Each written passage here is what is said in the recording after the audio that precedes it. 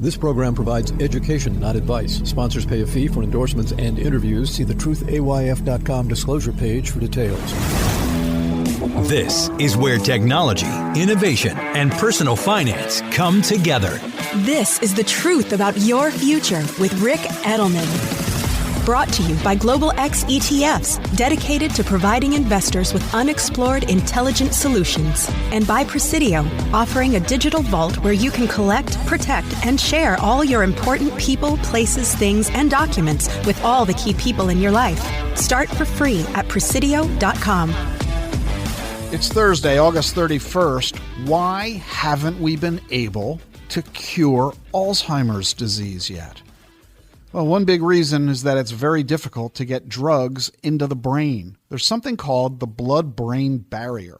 This exists to protect the brain, but it also stops a lot of the therapies from getting in.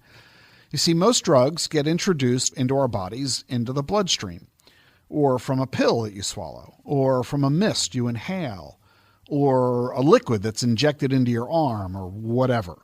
The medicine, however it gets introduced into your body, the medicine then has to get from the capillaries, that's your body's smallest blood vessels, they got to get from the capillaries into the cells that the medicine is targeting. In the brain, the capillary walls are so tightly packed with cells that they essentially form a barrier that the vast majority of drugs simply can't get through, the blood-brain barrier. But now there's a new treatment that might do the trick. It combines focused ultrasound with tiny bubbles in the bloodstream. And together, it can push drugs into the brain to get to tumors that doctors otherwise can't reach. And the tech, they say, will be able to be used to treat Alzheimer's as well as cancer. Here's how it works. Doctors inject tiny bubbles into the bloodstream. The bubbles hold the medicine, and these bubbles travel throughout your body in the bloodstream. At the same time, the doctors aim a focused ultrasound at the capillary walls that are surrounding and protecting the tumor inside the brain. This creates temporary microscopic gaps so that when the bubbles pass by, they're able to get past the blood-brain barrier, and the ultrasound bursts the bubbles, releasing the medicine right onto the tumor. Pretty cool. This is still in the study phase. We got to make sure that the disruption caused by the ultrasound doesn't cause any lasting damage to the surrounding tissue. They've completed one small study of patients with brain cancer, and doctors were able to deliver 4 times more medicine than they could with other methods. Another company from Norway used the tech to treat 2 patients with tumors in their liver. And in San Francisco, a company is using focused ultrasound and microbubbles to deliver gene therapies. Eventually, they'll prove this out. When they do, it could revolutionize the treatment of Alzheimer's, Parkinson's, and cancer. That all sounds pretty exciting. But you know what? Something a little more fundamental with all of this. These days, we're all so busy. Even when you're starting to not feeling all that well, who's got time to go to the doctor? Well, I don't know about you, but I don't anymore. I don't go to the doctor. I text to the doctor. Pretty much all the time. And not just 9 to 5, Monday through Friday. My doctor texts with me whenever.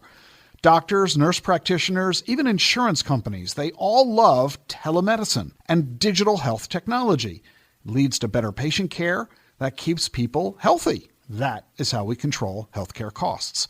Telemedicine is now being used by psychiatrists who use it to assess, diagnose, treat, and consult with patients. It's particularly helpful for people who live far away from mental health services. Telemedicine is also being used to provide rapid diagnosis and treatment for stroke patients.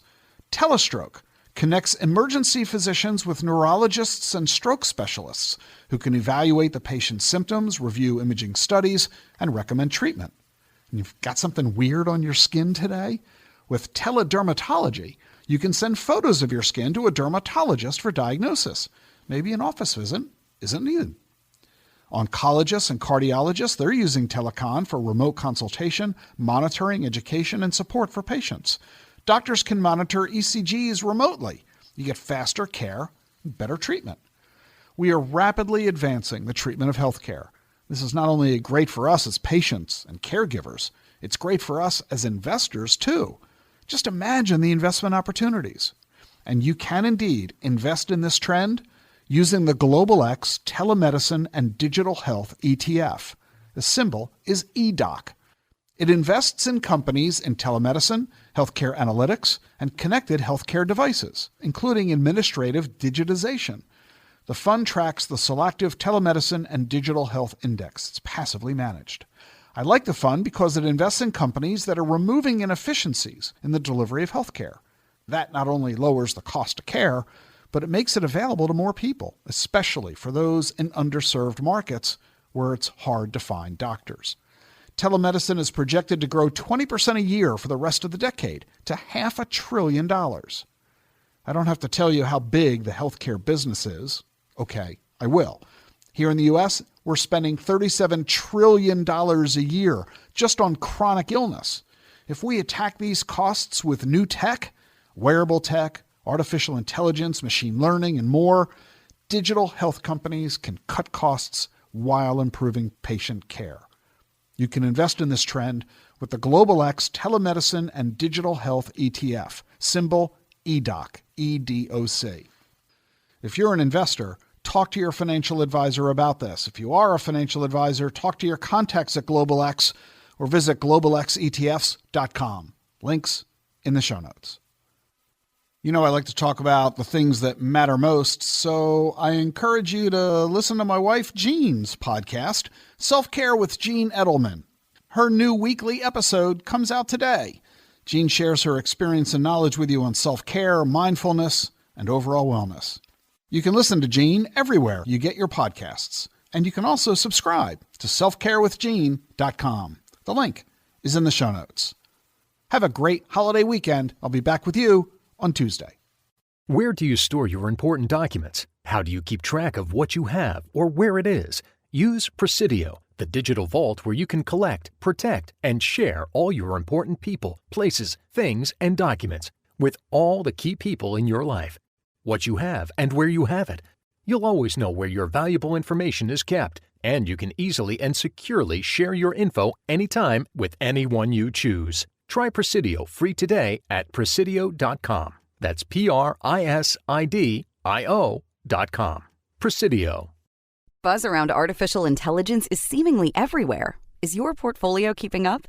Consider the Global X Artificial Intelligence and Technology ETF, ticker AIQ, which invests in dozens of stocks at the leading edge of this disruption. Investing involves risk, including possible loss of principal. Technology companies can be affected by rapid product obsolescence and intense industry competition. Before investing, carefully consider the fund's objectives, risks, charges, expenses, and more in the full or summary prospectus at globalxetfs.com. Read carefully. Distributed by SEI Investments Distribution Co. How do advances in science, technology, and medicine translate into investment opportunity? Listen and learn. This is The Truth About Your Future with Rick Edelman.